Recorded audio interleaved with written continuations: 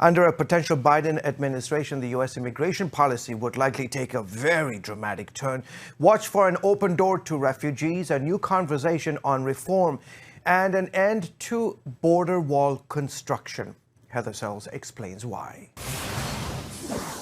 After 4 years of closed doors to immigrants and refugees, a Biden administration would open them. The question being how fast and how wide. Within 100 days, I'm going to send to the United States Congress a pathway to citizenship for over 11 million undocumented.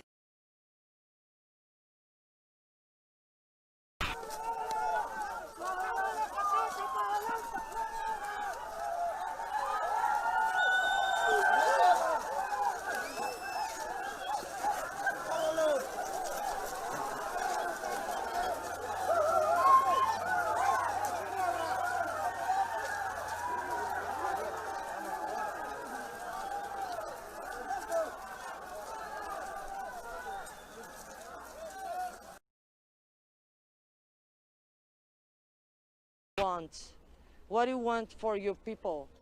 I'll be honest, I'm here today because in my country, with the hurricane that we had, it's kind of terrible, and we got a president that he's not helping the population,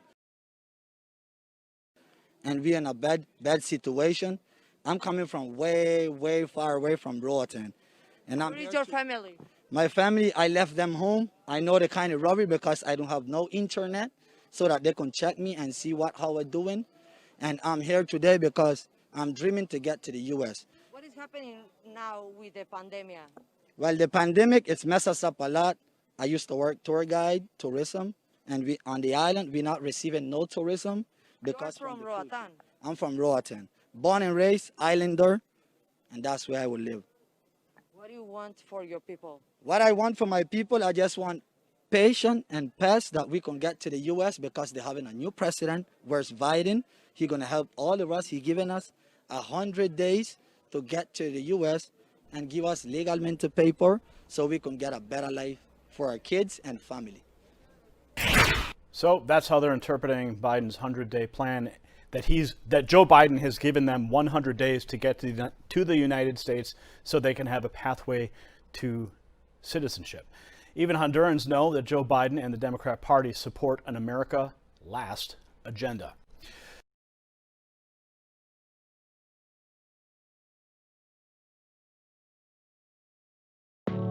San Francisco is falling apart.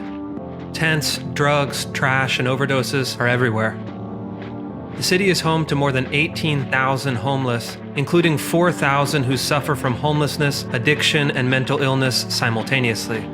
The city government spends more than $1 billion a year on homelessness, but it's worse than ever.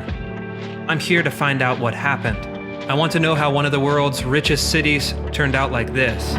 This is Golden Gate and Hyde in San Francisco's Tenderloin district. It's the West Coast's largest open-air drug market, with street gangs dealing heroin, fentanyl, and meth in plain sight. The homeless encampments stretch across 50 city blocks and continue to spread. Phil Matier is a veteran reporter for the San Francisco Chronicle. He's watched the neighborhood descend into chaos. This is the Tenderloin, and what they live here is what residents call the tender life. Only it's not very tender.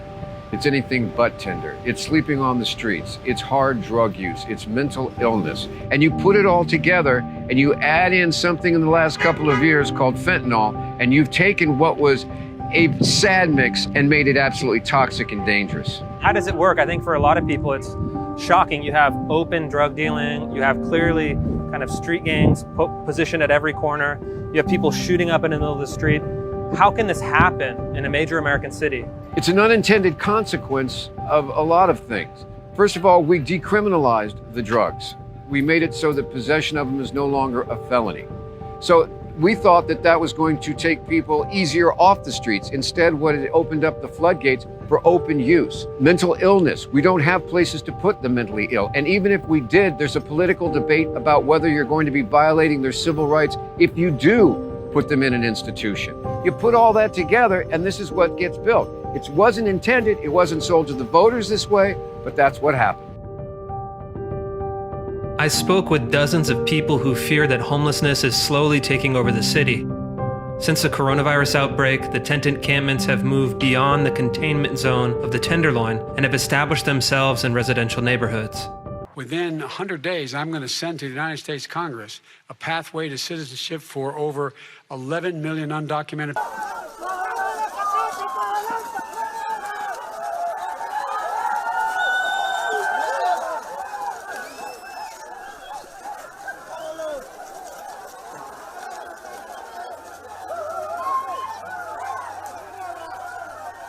Clearly no social distancing there, right?